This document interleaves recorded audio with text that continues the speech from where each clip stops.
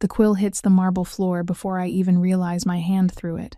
It cracks against the stone, rolls twice, and stops, and every single guard in that hall freezes like I just pulled a weapon on the queen herself. But I am not looking at the guards. I am looking at my stepmother, Vivienne Cole, standing 6 feet away in a gown that costs more than most people's houses, holding a document in one hand and the future I was born into in the other. The paper is 2 pages. I read it in less than a minute while her back was turned. Transfer of inheritance, full, permanent, binding under the laws of 3 counties.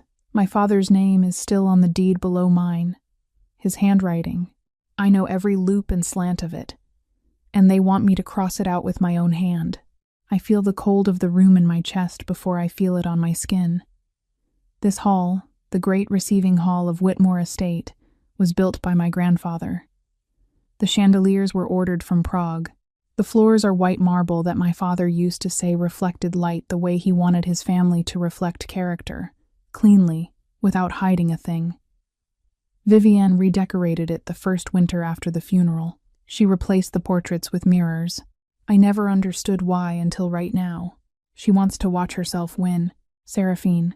Her voice comes out perfectly smooth. She does not raise it. She never raises it. That is the thing about Vivienne. She does not need volume to make you feel small. She just looks at you with those gray eyes that have never once held warmth, and she waits. Pick up the quill. Hi, viewers. If your stepmother handed you a pen and told you to sign away everything your father left you, what would you do?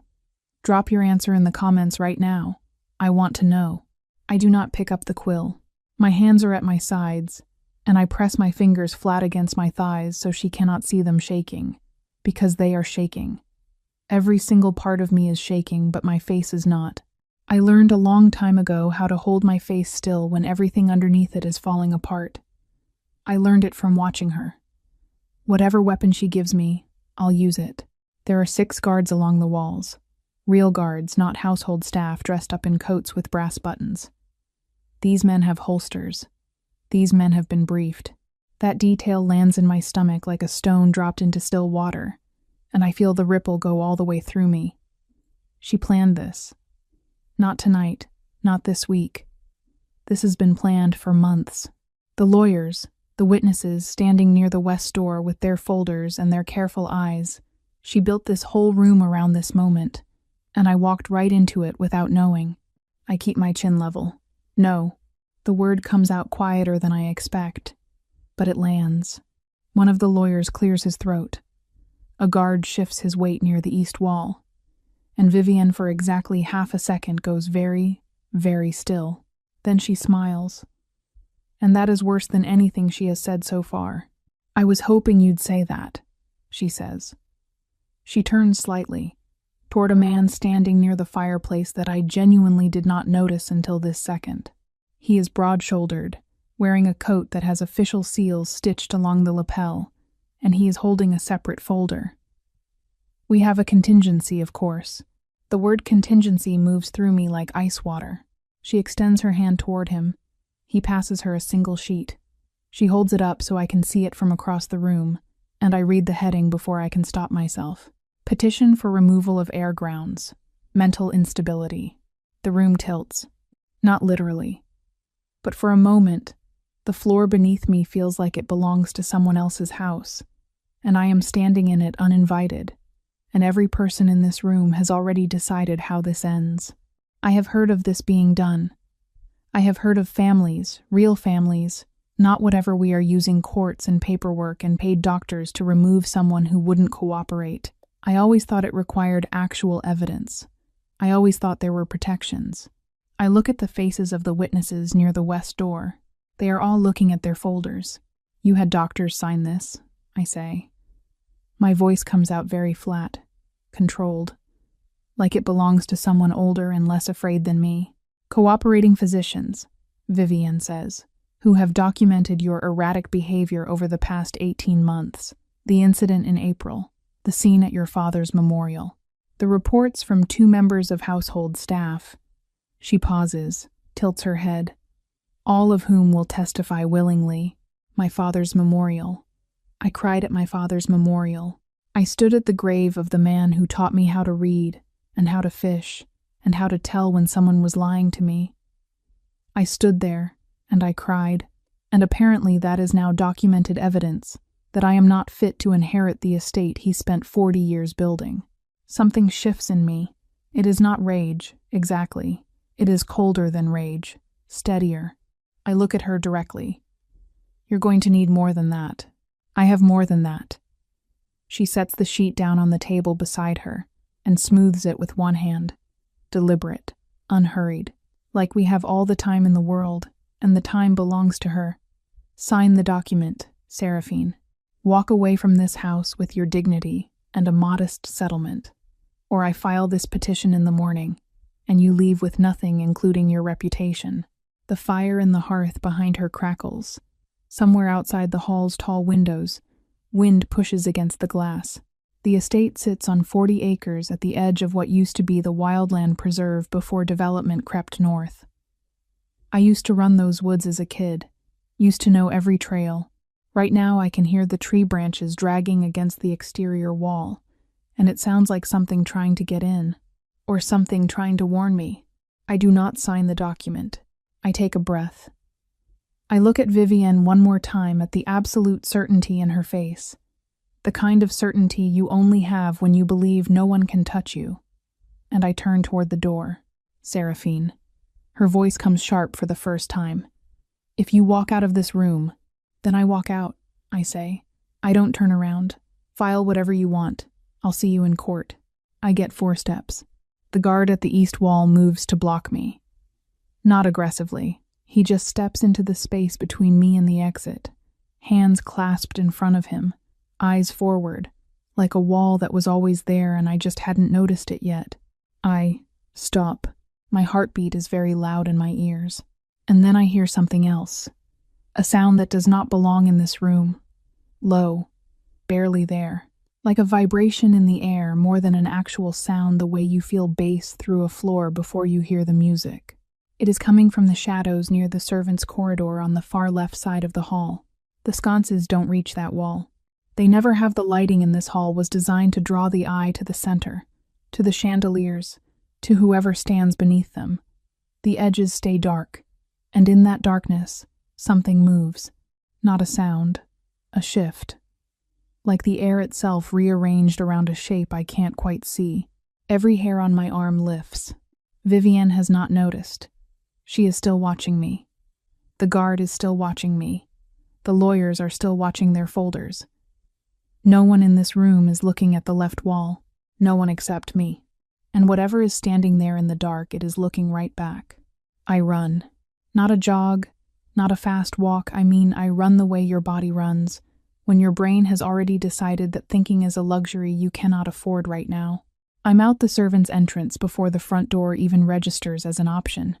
Down the narrow back steps that are unlit and slick with the cold. Across the courtyard gravel that crunches under my boots way too loudly for someone trying to disappear. The estate gate is locked at night. I know this. I've known it for 3 years. But I also know that the northeast corner of the property wall has a section of stone that shifted in last winter's freeze. And if you find the right 2 handholds and push off the iron drainage pipe, you can clear it. My father showed me that gap when I was 12. I don't think he knew someday I'd be using it to escape his own house.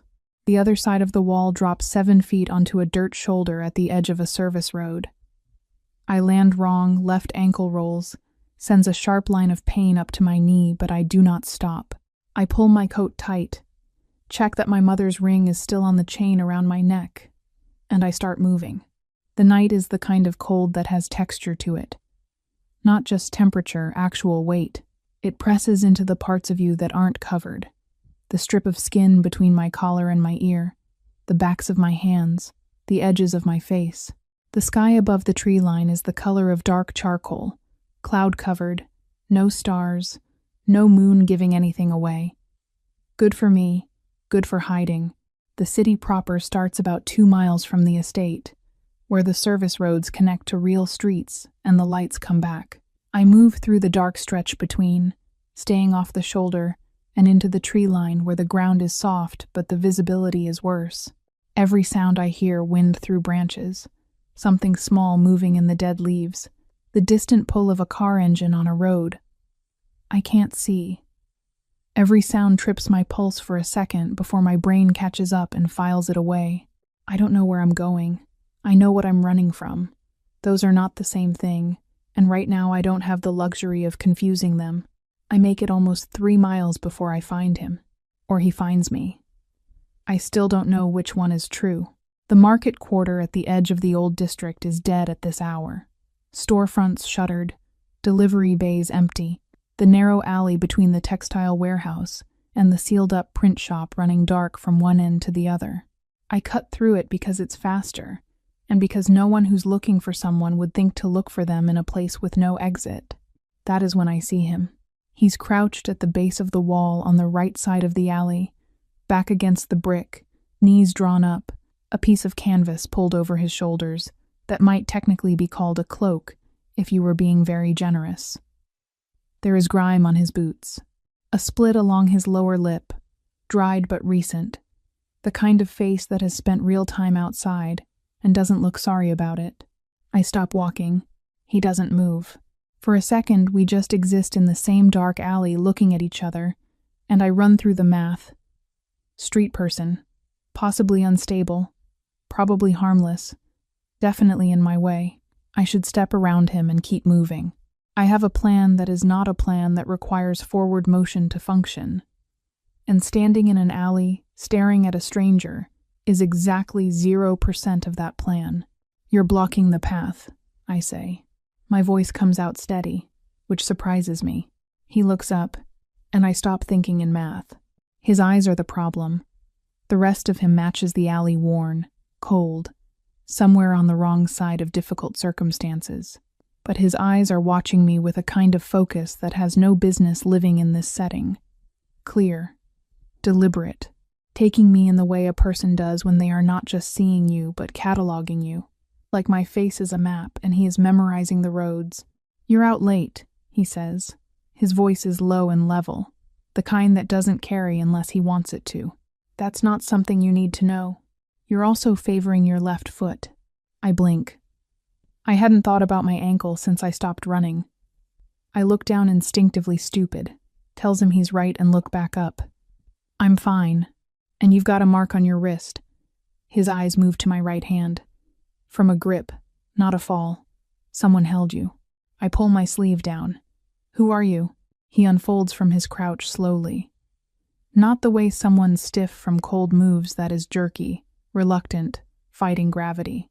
He moves like a decision, like he has been sitting in that exact position because he chose to, and now he is choosing to stand, and every part of his body is clear on the sequence.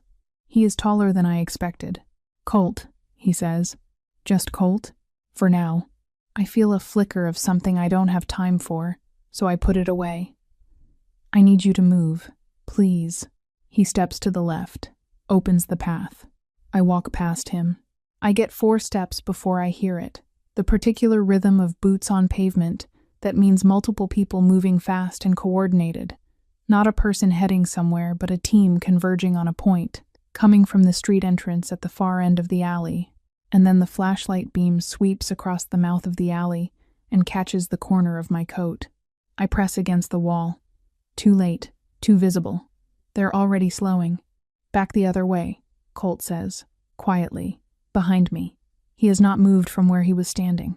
They'll see the alley. Come on. He is already moving, past me, toward the sealed print shop door at the alley's rear wall. He does not run. He does not panic. He reaches the door, presses his palm flat against the upper left corner of the frame, and it swings open like it was waiting for him. I look at that door. I look at him. He meets my eyes. You can stand here and think about it. I go through the door. He follows. The dark inside swallows us both, and I hear the latch click behind us, and outside feet away, separated by one wall, I hear the boots slow, stop, move into the alley. Voices, low and professional. The sweep of flashlight beams under the door's gap. I am not breathing. He is standing 3 inches away from me in the dark, and I can feel the heat coming off him. Actual warmth, real and steady, like standing next to an engine that is running clean and quiet. I do not understand how a man who was crouching in a freezing alley, in a broken canvas cloak, is radiating this much heat. He does not move. I do not move. Outside, the boots move on, and I realize standing in the dark beside this stranger with his impossible steady warmth and his eyes that don't match his clothes, I realize that I don't feel afraid. I feel watched. And the unsettling part, the part I can't quite get rid of even after the footsteps fade, is that being watched by him doesn't feel like a threat. It feels like something else entirely. Something I don't have a word for yet. The abandoned building he takes me to is not what I expect. I don't know what I expected. Somewhere temporary, probably. Somewhere clearly accidental. The kind of shelter a person finds rather than knows about.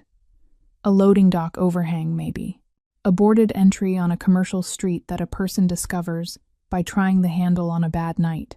What he takes me to is on the 3rd floor of a building, on the edge of the textile quarter, that requires knowing 2 specific turn sequences through service alleys, a gate code that he enters without checking his phone, and a staircase that runs up the interior back wall of a structure that looks completely sealed from the outside.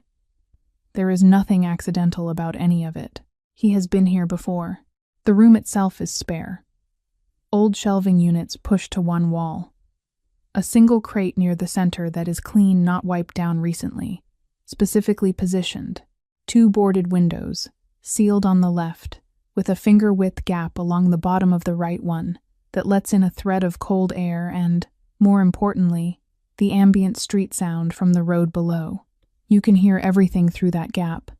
Footsteps, engines, distance. This is a listening post. I sit on the crate because standing in the middle of the room feels like announcing that I don't belong here, and I would rather not announce anything right now. He stays near the door, not blocking it, standing beside it, which is different. There is always a way out. He is just adjacent to it. He does not fidget, does not check anything, just stands there with his arms loose at his sides, watching the gap in the window boards, and I study him the way you study something you are trying to understand before you decide whether to be afraid of it. He is maybe 32. Difficult to place more precisely. His face has been lived in, not aged. Lived in. There's a difference. The bruise along his left cheekbone is 3 days old by color. The split lip is 48 hours. His hands, when they rest at his sides, are the hands of someone who uses them practically and often, and he is wearing a destroyed canvas cloak over a shirt that, under the grime, fits him like it was made for him. Colt, I say, because I want to say something and I've been thinking it. He looks at me. That your real name? It's the name I'm using. I let that sit. I'm Seraphine. Sarah. His face does not change. Not a flicker. And the fact that his face does not change is its own flicker. Because people always react to names. Even small reactions, a tilt, a slight adjustment of the eyes. He gives me nothing. Which means he was ready for mine. He knows who I am. I file this in the part of my mind where I keep things I am not ready to address yet. The folder is getting full. You picked that door lock in under 3 seconds, I say. The frame was already compromised. You knew it was compromised. He doesn't answer. You also knew the gate code for this building, I say. And you knew this room was here. And you positioned that crate. I look at the crate I'm sitting on. It's been there a while. The dust is settled around the base. But it's been moved at least twice recently. The floor impressions don't match. He looks at me. And for the first time, something changes in his face. Not surprise exactly. More like recalibration. Like he just adjusted something in his thinking and is deciding how to respond to the adjustment. You notice things, he says. I always have. A beat. He looks back at the window. Good. I watch the side of his face, the line of his jaw, the way his eyes track the sound coming through the gap. Not random sounds, specific ones. He is filtering, listening for something particular through everything else. Who did you have here before me? I ask. His jaw moves slightly. Not much. If I weren't watching closely, I'd have missed it. Someone who needed a place to be, he says. Were they running from something? Yes. Did you know them before? Or did you find them? The pause that comes before his answer is exactly one beat too long. Does it change anything? I look at my hands. The mark on my right wrist has gone from red to a color that is starting to shade purple at the edges. I flex my fingers. I guess it doesn't. He says nothing. The air in this room is strange. I noticed it when we first came in, and I put it down to the building being sealed, trapped warmth, old wood, the specific stillness of a space that is closed to the outside. But it is not that. It is warmer near him than it is near me, and we are 10 feet apart, and there is no heat source in this room. I notice the same thing in the alley. That steadiness, that warmth. I am noticing it again. I make myself stop noticing it and focus. My stepmother has lawyers, I say, and witnesses, and a document that a judge in this county will accept without a second look, because she has spent 3 years making sure that every official in a 20-mile radius believes she is a grieving widow who has been managing a difficult estate with patience and grace. I pause. She also has a filing, a petition. I don't say the word on the heading. I don't want to say it out loud. If I try to contest the estate, she files it. And the way the system works in this county, the filing alone is enough to freeze everything while it's reviewed, which takes 6 months, minimum. He has turned slightly toward me. He is listening. So I can't go to a lawyer, not one she doesn't already own. I can't go to the county office. I can't go home. I keep my voice level, because losing it here, now, in front of this stranger, is not something I am willing to do. And I have about 12 hours before she realizes the contingency didn't work and starts making calls to people who are considerably less concerned about legal process. He is quiet for a moment. Then, what do you need? Not what can I do for you. What do you need? The difference is small, but I notice it. Evidence, I say. Something she can't explain away or bury. Something concrete enough that when I walk into a courtroom, or a journalist's office, or a federal office, I don't know yet when I walk in. I have something in my hand that cannot be dismissed. He looks at me for a long time. His eyes, in this low light, are not the color I thought they were in the alley. They are darker, and there is something in them that I would call recognition, if that made any sense, because this man does not know me. I have never met him. He was sitting in an alley in a ruined cloak, and I don't know him. But he is looking at me like someone who has already made a decision that I haven't been told about yet. Get some rest, he says finally. A few hours. I'll take the door. I'm not sleeping in a strange room while you stand guard like someone who knows this building and has done this before, and will hear anyone coming before they get to the second-floor landing. He says it evenly. No edge. Just fact. I open my mouth. He tilts his head by about 3 degrees. A few hours, Sarah. The way my name comes out of his mouth does something I do not examine. I lie down on the floor with my coat pulled over me because I absolutely am not going to sleep. And within maybe 20 minutes, the exhaustion of the night, the hall, the quill, the alley, the run pulls me under. I wake up 2 hours later to gray pre-dawn light threading through the window gap. And he is in the same position at the door, arms loose, watching. I don't say anything for a moment. I just watch him back through the low light, and then something shifts in his posture, small, almost nothing, and I realize he knows I'm awake, has known for at least 30 seconds. He just let me watch him, let me have the moment of looking, without the pressure of being seen. Then he turns. There's a ledger, he says. Merchant records. South Warehouse District. Your stepmother has been running transfers through a licensed broker for almost 2 years, the kind of transfers that require co-signatures. He pauses. The co-signatures are forged, but the records aren't. I sit up. How do you know that? He looks at me without looking away, direct and steady, and already asking me something with his eyes that he hasn't said yet with his mouth. Colt. I keep my voice very level. How do you know that? He exhales through his nose, slow, controlled. Because, he says, I've been watching Vivian Cole for a lot longer than tonight. The room goes quiet in a way that is not just the absence of sound, but the presence of something else. Weight. the weight of a sentence that has more behind it than the words themselves. I look at this man, at this stranger in a broken cloak who knew a gate code and positioned a crate and stood guard all night and just told me he has been watching my stepmother, watching my life for months. And I understand, for the first time since I threw that quill, that I did not stumble into this alley by accident. He found me. He has been waiting to find me. The question burning up through my chest right now, the one I am not sure I am ready to hear the answer to, is not how long he has been watching. It is why. And before I can ask it, before I can even open my mouth, the sound comes from the staircase below us. Heavy, deliberate, more than one set of boots. And they are not trying to be quiet. 4 of them. I count the weight distribution through the floor before the first one clears the landing. That is a thing most people do not know about what I am. The way sound travels through solid material differently for me than it does for everyone else. Wood, concrete, stone, it doesn't matter. I feel the vibration before I hear the step, and I read it the way a person reads words on a page. Weight, speed, intent. 4 bodies. End. 2 heavy, 1 lighter, 1 hanging back at the staircase entrance. The one hanging back is the problem. That is the coordinator. That is the one who calls it in if something goes wrong. I am already moving before Sarah finishes sitting up. Stay exactly where you are, I say, quietly. Not a request. Do not move until I tell you to.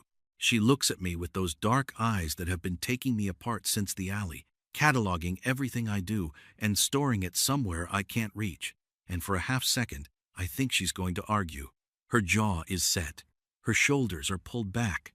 This woman argues with everything on instinct. I have had maybe 4 hours of knowing her, and I already understand this about her completely.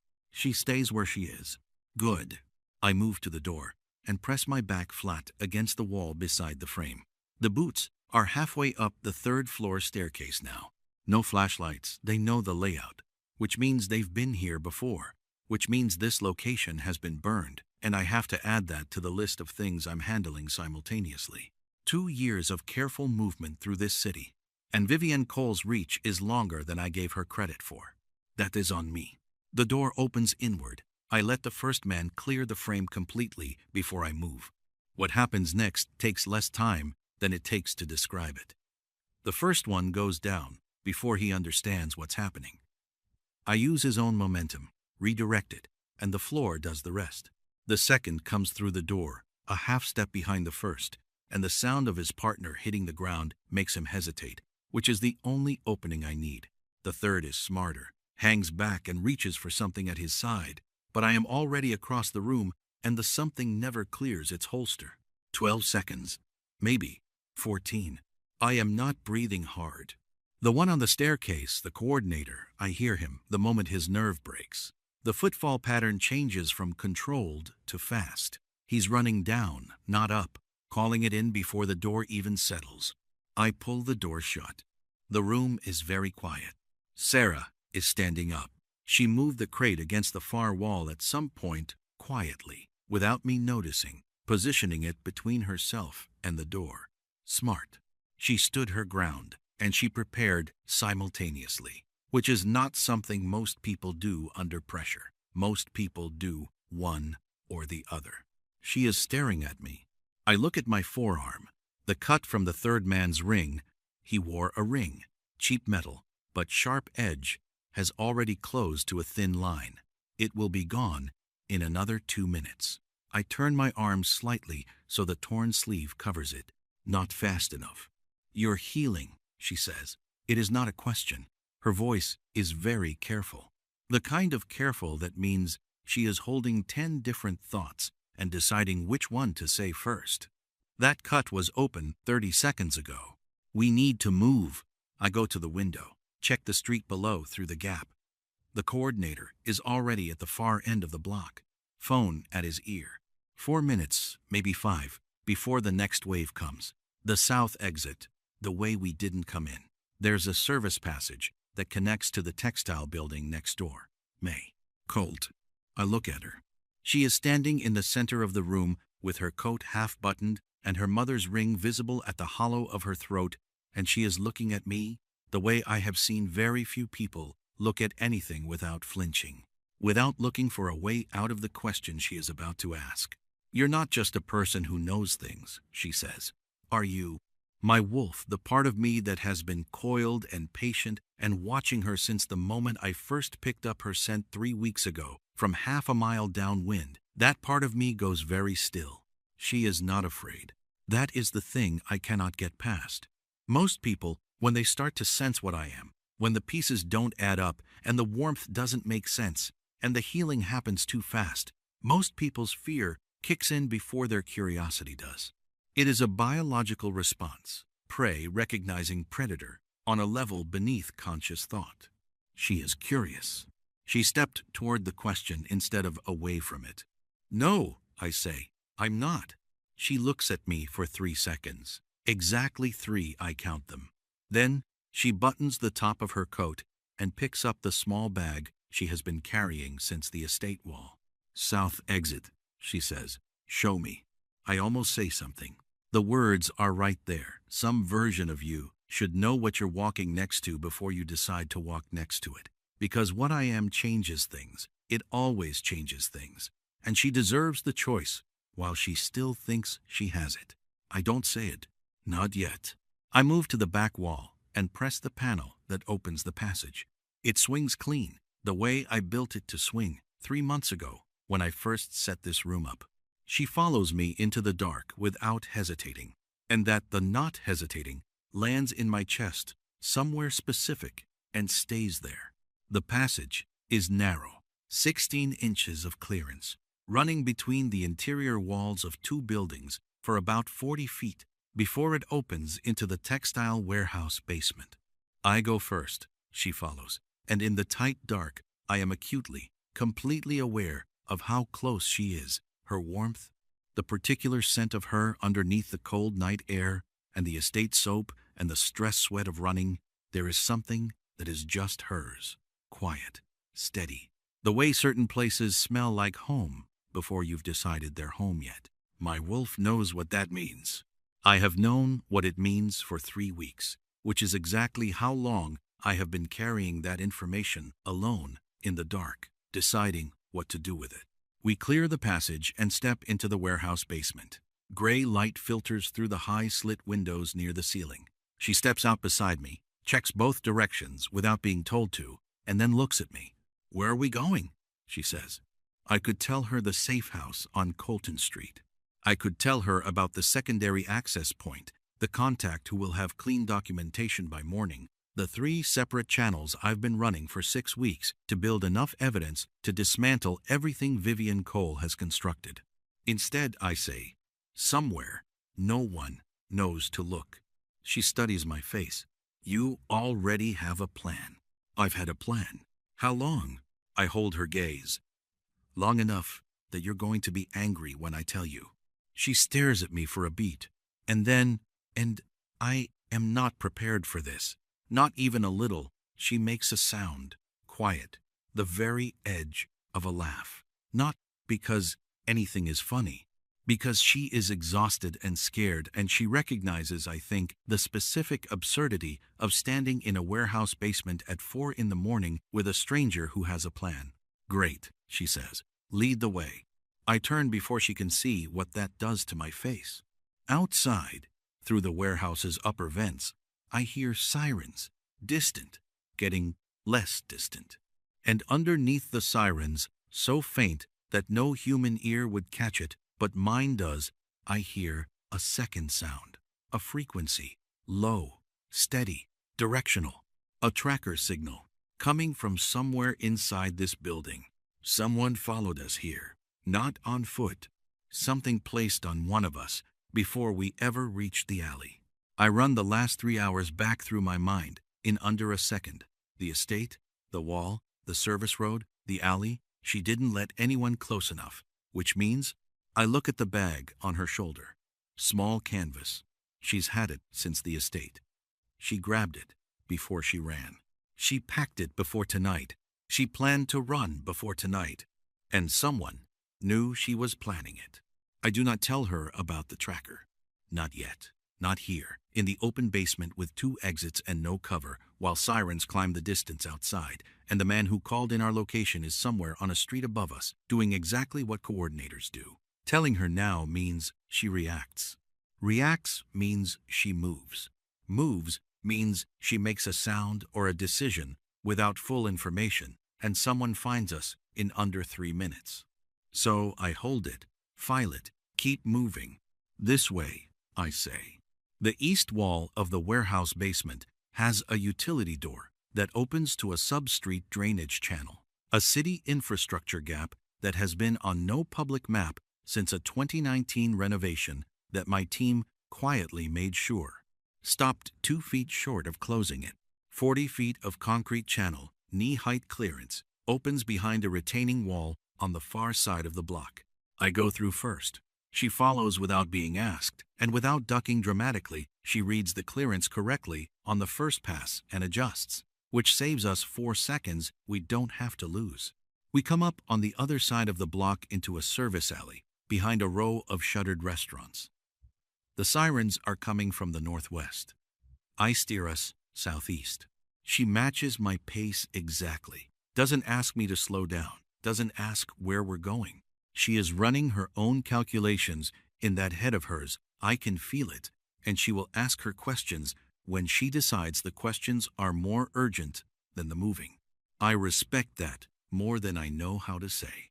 The safe house is on Mercer Street, above a dry cleaning business that has been closed for 8 months, but whose utilities are still running because I pay them to run. 3rd floor, 2 exits. Reinforced interior door. I have used it twice in 4 years, and both times I left it cleaner than I found it, because the kind of work I do lives or dies on whether you can return to what you built. We reach it in 11 minutes. I get the door open, check the interior in 3 seconds, clear, undisturbed, exactly as I left it 6 days ago, and step back so she can enter first. She walks in, looks at the room, looks at me. The room is not empty. There is a cot against the far wall, with a folded blanket on it, a wooden table with 2 chairs, a battery lantern, already lit on low, because I left it that way, a small shelf with water, packaged food, a first aid kit, and 3 folders of printed documents that I now wish I had moved before I brought her here, because the top folder has her name on the tab. Her name. My handwriting. She sees it. I watch her see it. She crosses to the shelf slowly, does not touch the folder, just reads the tab from arm's length, with her jaw set in that specific way she holds it when she is controlling exactly how she responds to something. Seraphine Whitmore, she says, reading my handwriting back at me. Yes, that's my folder. Yes. She turns and looks at me fully. How many of those are there? I move to the shelf, pick up the stack. 4 folders total. I hold them where she can see the tabs. Hers. Vivian Cole, a name she won't recognize. The broker running the transfers. And the 4th one, which has no name on it, just a seal I printed from a county courthouse record. These are case files, she says. Not a question. She is reading the shape of this the same way she read the room upstairs. You've been building a case for 6 weeks on my family's estate. On what's been done to your family's estate. I set the folders back on the shelf. There's a difference. She is quiet for a moment. And in that quiet, I hear something I have been listening for since the moment we left the warehouse. The tracker signal. Still there. Faint, directional, coming from the canvas bag on her shoulder. I need to get to that bag. Sit down, I say. I'll get you some water. I don't need. Sarah. I look at her directly. Sit down, please. Something in my voice, I don't mean for it to happen, but something in the register of it, the particular low frequency that I can't always control, makes her stop.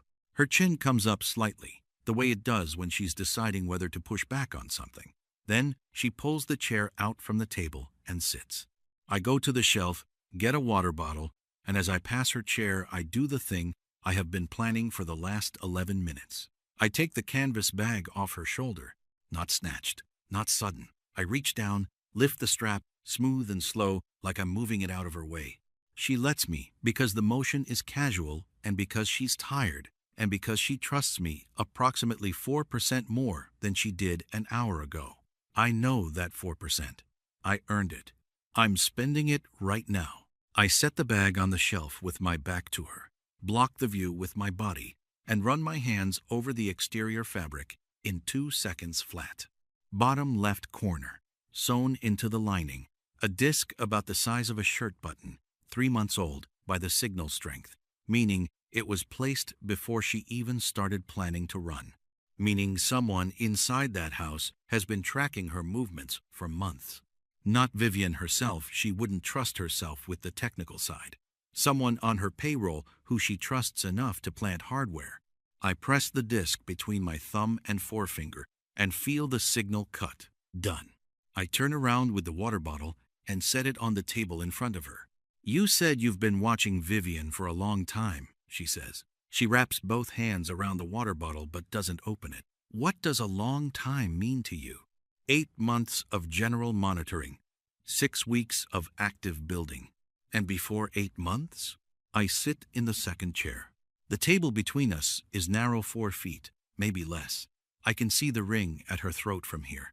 Her mother's, gold, thin band, worn smooth from being held. I knew of your family, I say, not personally, but you knew enough to start monitoring. I knew enough to know that what was happening wasn't legal and wasn't going to correct itself. I pause. And I knew that you were running out of time. She looks at me, that long, unblinking look that she has been perfecting since the second I met her. You're not a private investigator, she says. No, you're not law enforcement. Not in any way you'd recognize. But you have the resources to build a 6-week case file, run a safe house on Mercer Street, know gate codes for buildings that aren't yours, and take down 3 armed men in 14 seconds. She pauses. And you run warm in a freezing room. And you heal in real time. Another pause, shorter. And when you told me to sit down just now, something in your voice made me want to. My wolf goes absolutely, completely still. She has been building this list since the alley. Every observation, every detail, everything that doesn't fit, she has been stacking them in order, and she just laid them all out in front of me, like cards on a table, and she is looking at me and waiting. She is not afraid. I have to say something. I have been choosing the right moment for 3 weeks, and the right moment keeps moving. But she has just taken the choice away from me by being the sharpest person I have put myself in a room with in years. I open my mouth, and my phone, the burner, the one I keep for exactly 1 contact, vibrates on the table where I set it when we came in. 1 vibration, the signal that means we have a problem that cannot wait. I look at the phone. I look at her. She looks at the phone. That's the contact who has your stepmother's broker under surveillance, I say. Because she is going to ask, and because I am done letting information fall behind. And I pick up the phone, read the message in 1 second, set it back down. And the broker made a call 40 minutes ago, I say, to a man named Ashford Cole. She goes still. Ashford Cole is her stepmother's brother. I know from the files that she knows that name. I know from the files that she knows what it means that he has been called. He's not in this county, she says, carefully. He wasn't, I say. He landed 40 minutes ago. The battery lantern on the shelf hums low. Outside, 2 floors down, the city moves the way cities move at 4 in the morning. Slow, almost quiet, almost safe, almost. She sets the water bottle down on the table very gently, and I watch her face move through something that is not fear and is not defeat, but is the thing that lives just before both of them, the moment where a person fully understands the size of what they are standing in front of. Then, we don't have until morning, she says. No, I say, we don't. She looks at me, and I look back at her. And the thing I have been holding for 3 weeks, the thing I found in a downwind scent on a cold afternoon that told me exactly what she was to me before I ever saw her face. That thing pushes against the inside of my chest, like it has run out of patience. Not yet, I tell it. Not yet. But the window is closing, and she is looking at me like she knows there is something I haven't said yet, something bigger than safe houses and case files and burner phones, and she is deciding whether to ask it now or give me one more hour. She gives me the hour. She stands up, moves to the cot, lies down with her coat still on and her eyes closed. I stay in the chair. I watch the door. And for the first time in 8 months of doing this alone, the watching feels different, heavier. Not because the danger got bigger, though it did. Because now I have something in this room I cannot afford to lose. I find the ledger before Colt tells me where to look. That is the part I keep coming back to. He was 3 steps behind me in the south warehouse, moving toward the row of metal shelving along the back wall, and I had already pulled the 3rd cabinet open and found the box with the false bottom before he had a chance to say anything. He stopped walking when he saw what I was doing. He watched me find it, and when I lifted the ledger out and turned around, the look on his face was not surprise. It was something quieter than surprise, something that looked a lot like recognition. I do not have time to think about what that means. The ledger is old. Real leather cover, the spine cracked from being opened flat too many times. The pages inside are tight columns of numbers, dates, property codes, and signatures. I know my father's handwriting. I know it the way I know my own face. Every slant, every loop, the specific way he crossed his 7s. I flip to the first flagged page that the ribbon marker is sitting in, and my stomach drops straight through the floor. The co-signature on the August transfer is my father's name. My father has been dead for 3 years. I stand there with the ledger open in my hands, and I do not move for a full 5 seconds. 5 seconds is a long time when your whole body is deciding whether to break open or hold together. I choose to hold together. I have been making that choice since the funeral, and I am very practiced at it by now. She forged it, I say. My voice comes out completely flat. That is the holding together voice. I know it well. Every co-signature from month 4 onward, Colt says. He is standing about 6 feet away, giving me space I did not ask for but apparently needed. The first 3 are authentic. The broker, she used a man named Gareth Lowe. He filed the initial paperwork with your father's actual authorization before your father died. Then Vivian continued the transfers using copied signature blocks. How many transfers? 31. Over 22 months. 31. I do the math without meaning to. The property valuations I remember from my father's records. The accounts I used to see statements for when I was still allowed access to the estate's financial files. 31 transfers over 22 months, and I was in that house for all of it, sleeping 2 floors above a woman who was systematically stripping everything my father spent his life building. She needed me to sign the inheritance document, I say. I am thinking out loud, connecting it as I go. Not because she needed the estate legally. She already controls it.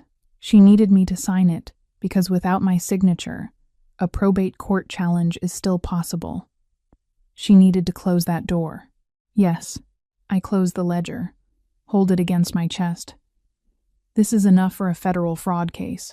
Combined with the broker's communication records, yes, we've been pulling those for 3 weeks. He pauses. There's more in the second folder, the one with Lowe's name on it. I look at him, at this man who has been building a case file on my life for 6 weeks in a safe house on Mercer Street while I was inside that estate, trying to figure out why my stepmother's lawyer kept showing up unannounced.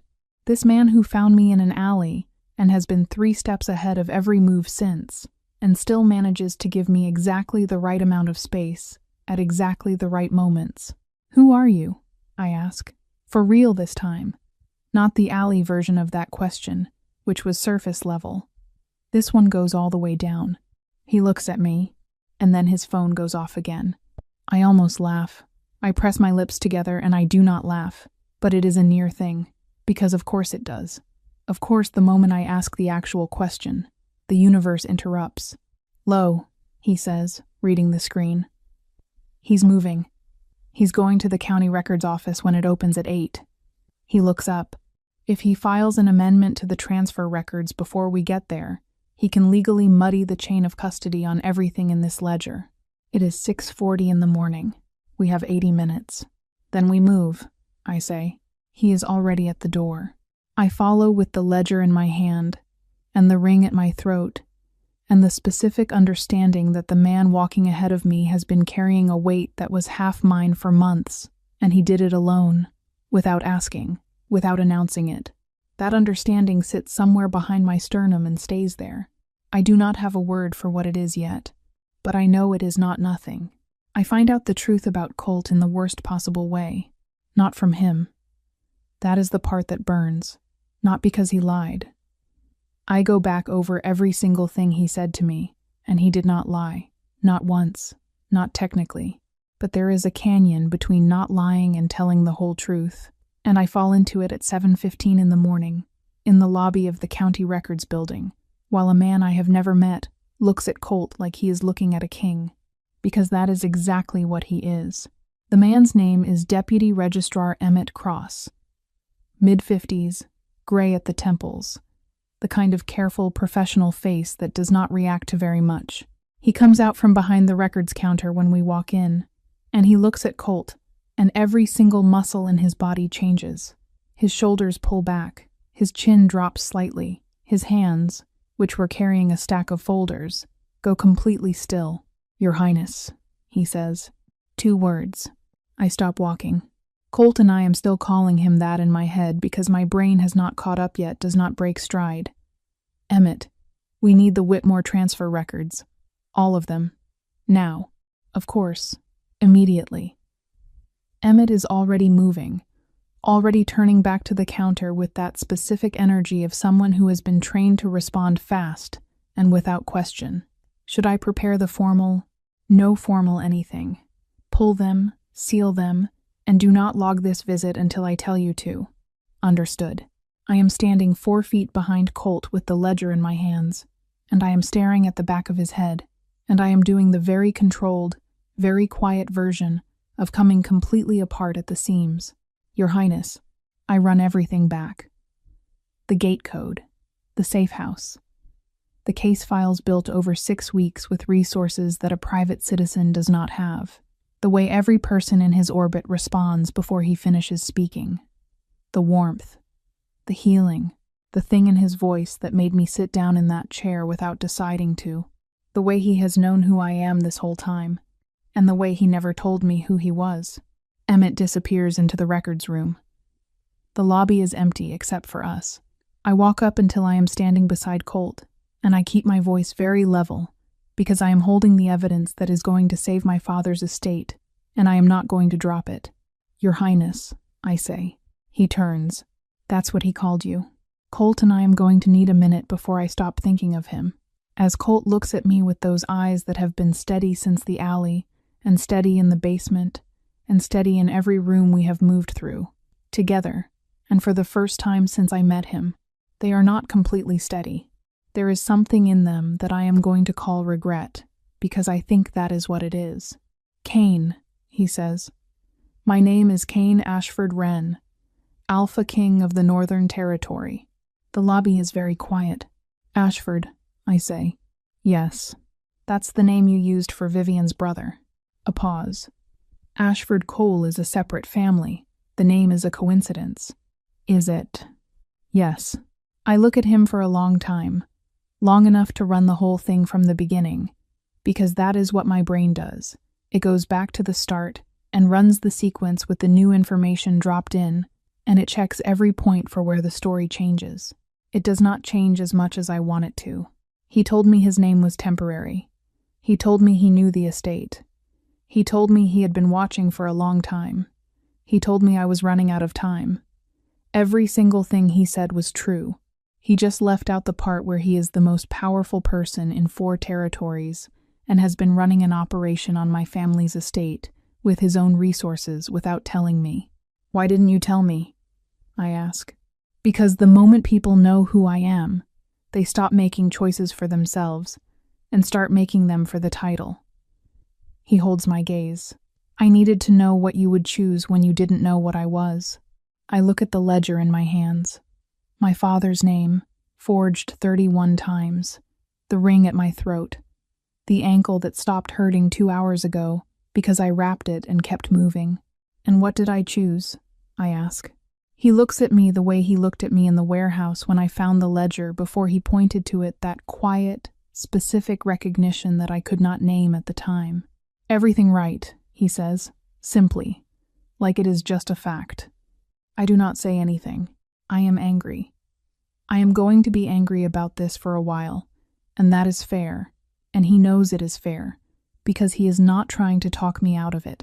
He is just standing there letting me be angry, giving it space, the way he gave me space with the ledger 5 seconds before I needed it.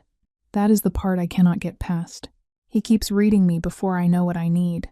Emmett comes back with a sealed evidence box and 2 federal disclosure forms, and I put the anger in the place where I keep things that are not finished yet, and I sign my name where it needs to be signed, and I watch Kane Wren do the same on the line that says, "Authorized by Office of the Alpha King, Northern Territory." Outside, through the records building's glass front doors, a black car pulls up to the curb. 2 men get out. The way they move coordinated, scanning, positions split immediately at the entrance. They are not Vivienne's household guards. They are something else. Emmett sees them and goes still. Kane turns toward the doors without me saying a word, and I watch his whole body change. Not tense, the opposite of tense, settled. Like this is what he has been waiting for. "Ashford Cole," he says, quiet and flat. The doors open, and the man who walks in is tall, broad, wearing an expression that has clearly never learned the word, hesitation. He looks at me first, then at the evidence box, then at Kane, and he smiles. That smile does not have any warmth in it anywhere. "I was wondering," Ashford Cole says, "when you were going to come out of hiding." Ashford Cole walks in like he owns the floor under him. He doesn't. That is the kind of man he is. He treats every room like he acquired it the moment he entered it, and he waits for the people around him to confirm that view before he looks at them directly. Both men who came in with him have fanned to opposite sides of the lobby, positioning without being told. And that tells me everything about how often they do this, and how little they are concerned about who sees it. I keep my hands very still. The evidence box is on the counter behind me. Emmett has gone so quiet I can't hear him breathing. Kane is standing to my left and slightly forward, not in front of me, not shielding me, just positioned, like someone who knows exactly where the threat is coming from and wants a clear line to it. "Seraphine Whitmore," Ashford says. He does not extend his hand. He looks at me like I am an item on a list. "My sister's stepdaughter." "I know who I am," I say. His eyes move to Kane. "And you?" A pause that is designed to feel heavy. "I've been hearing your name for 6 weeks. Couldn't figure out what an Alpha King had to do with a county estate dispute." "Now you know," Kane says. "Now I know." Ashford looks at the counter, at the space where the evidence box is sitting. "I'm going to need you to hand that over." "No," I say. He looks at me again, like he is recalibrating the amount of attention I require. "Those records were pulled under a private access request," he says. "My sister's legal team filed a competing claim on this estate's documents 45 minutes ago. Anything removed from this office before that claim is processed is technically in violation of—" "The claim is fraudulent," I say. "The signatures on the transfer records it's based on are forged. We have the original ink analysis, the date-coded authentication, and the broker's communication records going back 22 months. All of it sealed in that box." I hold his gaze. "You're welcome to file whatever your sister's lawyers put together. A federal judge will set it aside in under an hour." Ashford is quiet. His right-hand man shifts his weight. Kane does not move at all. "You've been busy," Ashford says. To me, not to Kane. "I've had help." He looks at Kane again. Something runs across his face that I cannot read. It is not quite anger, and it is not quite calculation, and it is something that lives between both of them, in the place where men who have been in power a long time Keep the things they don't want read. This doesn't end here, Ashford says. It ends somewhere, Kane says. Your choice where? The lobby holds. For exactly 4 seconds, no one in this room does anything. The 2 men at the sides don't move. Emmett doesn't breathe. Ashford Cole stands in the center of the floor with his imported coat and his carved expression and the full weight of his sister's money and machinery behind him. And then his phone rings. He pulls it out, reads the screen, and something shifts in his face, small, quick, but I catch it. A crack, the first one I have seen. He puts the phone away without answering it. We'll be in touch, he says. And he turns, and his men fall in with him. And all 3 of them walk back out through the glass doors. The black car pulls away. I let out a breath so slow it barely sounds like anything. What was on his phone? I ask. Kane looks at me. My team has been in contact with the Federal Property Crimes Office since 6 this morning. The filing came through 17 minutes ago. He pauses. Vivienne Cole was taken into custody at the estate at 7:52. I look at him. That was the call, he says. He knows it's over. The ring at my throat feels heavier and lighter at the same time, which I did not know was possible. I reach up and wrap my fingers around it, the way I have done every time I needed my mother close, since she died, this small, worn circle that has held my hand through every worst thing. I hold it now, and I do not cry. I have done my crying.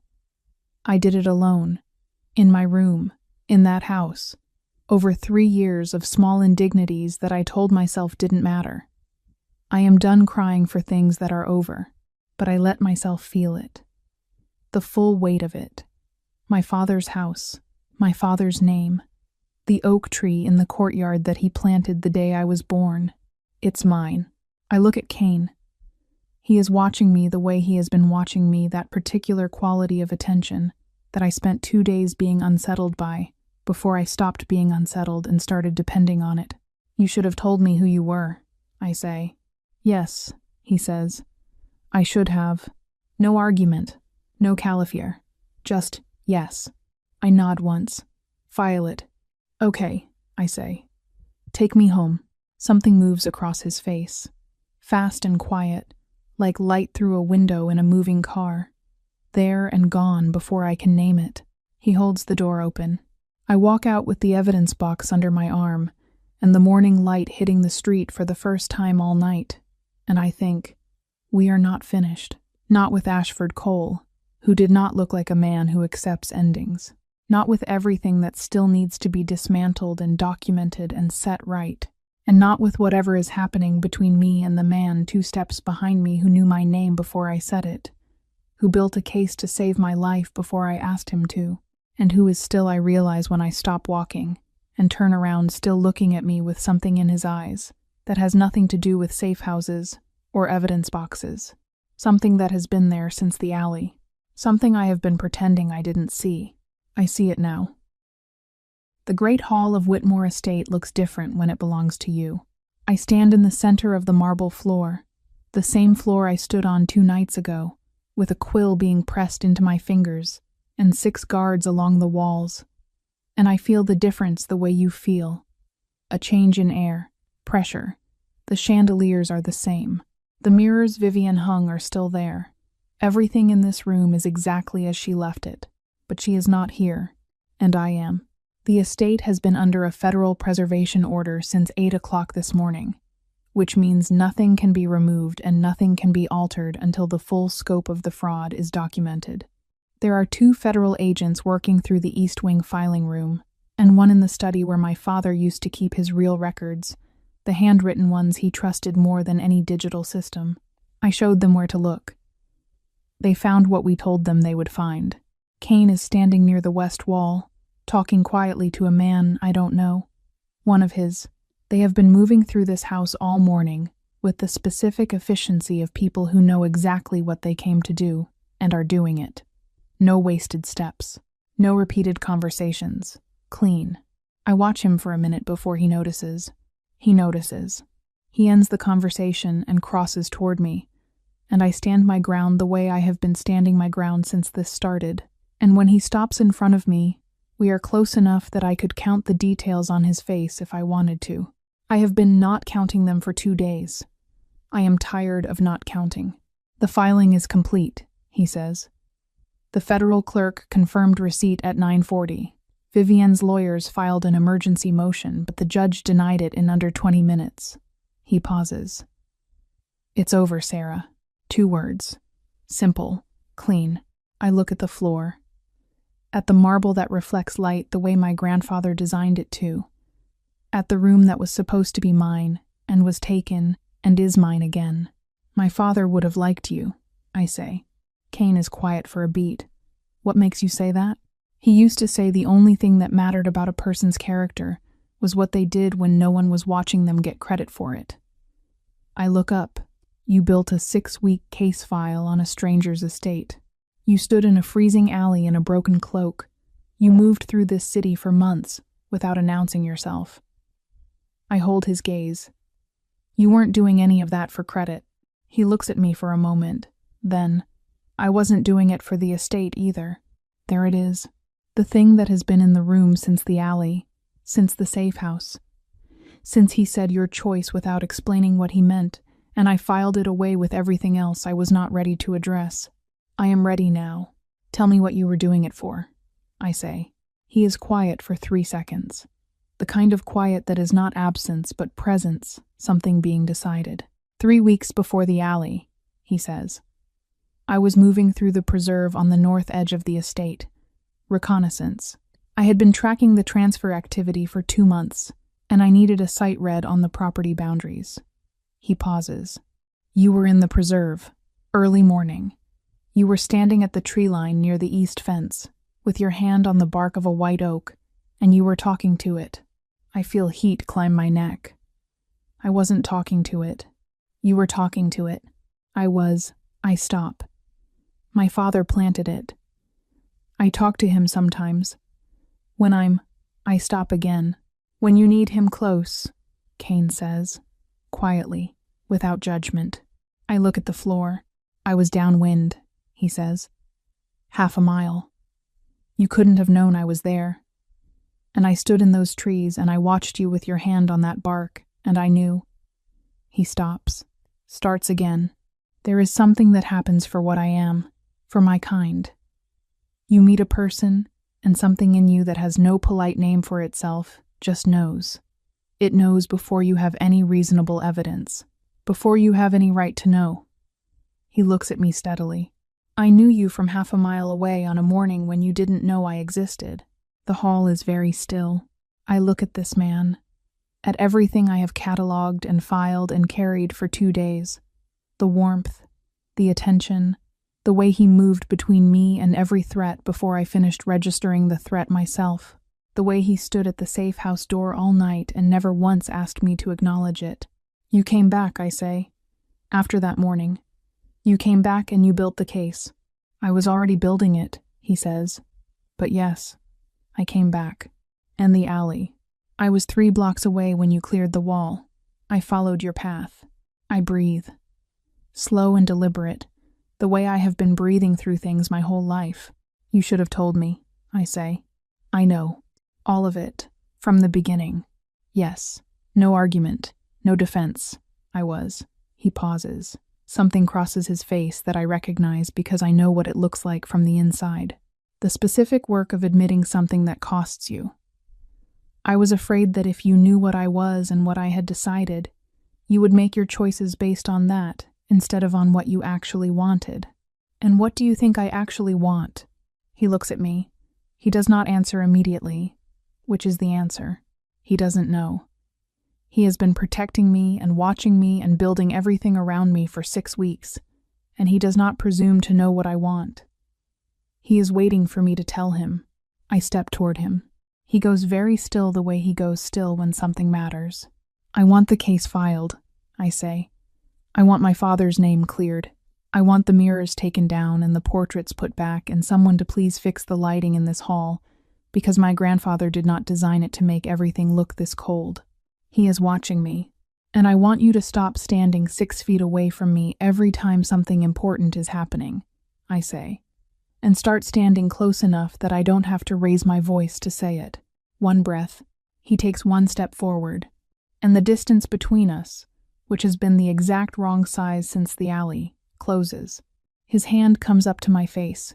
His thumb rests at the edge of my jaw, and I lean into it the way I have been wanting to lean into it since the safe house, since the warehouse, since every moment he pulled back, and I told myself I didn't notice. He doesn't pull back this time, and neither do I. 3 weeks later, the oak tree is still standing. I know that sounds like a simple thing to say. I know it. But I have checked on it every single morning since I moved back into the estate, because for 3 years, I was not sure I would get to keep it. And every morning it is their wide trunk, bare late-season branches, roots that go down so far into this ground that no amount of legal maneuvering was ever going to move them. My father knew what he was doing when he planted it. The estate looks like itself again. The mirrors are gone. I took them down personally, 4 of them, the morning after the federal preservation order lifted, and I did not feel bad about any of it. The portraits are back. The lighting in the hall has been adjusted so that it hits the marble the way my grandfather intended, throwing warmth instead of cold across the floor. Vivienne's trial is scheduled for the spring. Her lawyers have been filing motions the way other people breathe constantly, reflexively, as though the volume of paper will eventually change the weight of the evidence. It will not. I have watched Kane's legal team respond to every motion with the kind of patient precision that tells me this is not their first time doing this, and it will not be their last. Gareth Lowe, the broker, took a plea deal in week 2. His testimony covers all 31 transfers, every forged signature, every co-conspirator, every account the money moved through. He is not a good man, but he is a thorough one, and his records are complete in the way that only genuinely frightened people's records tend to be. Ashford Cole has not filed anything else. He has not been quiet. I know from Kane's contacts that he has been working through intermediaries, looking for pressure points, looking for the version of this story that ends differently for his sister. He has not found it yet. I do not think he will. What I think is that some things, when they are built on nothing real, cannot be rebuilt. You can add more nothing on top of nothing for a long time, but eventually the weight finds the floor. Kane is in the study when I come in from the courtyard. He is at my father's desk, my desk, now going through something on his laptop with the same focused stillness I have come to know as his default state.